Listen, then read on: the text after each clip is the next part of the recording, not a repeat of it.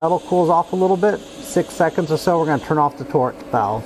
All right, one more time with the filter in place, turn on your gas, touch off, wait until it starts to pull, and then move forward, maintaining about a 3/16 gap.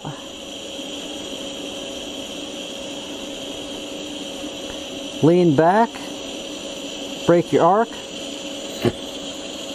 bring it back in. Do you see how long that arc traveled there? Because I did it really slow, I didn't break away quick. Gas coverage, now turn off the gas.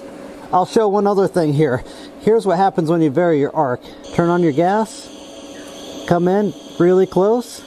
If you come in too close, you're going to dip your tungsten in the metal, it wick right up and you'll have to grind it clean. If you bring it out too far, you see how far the arc gets? It makes your puddle really wide.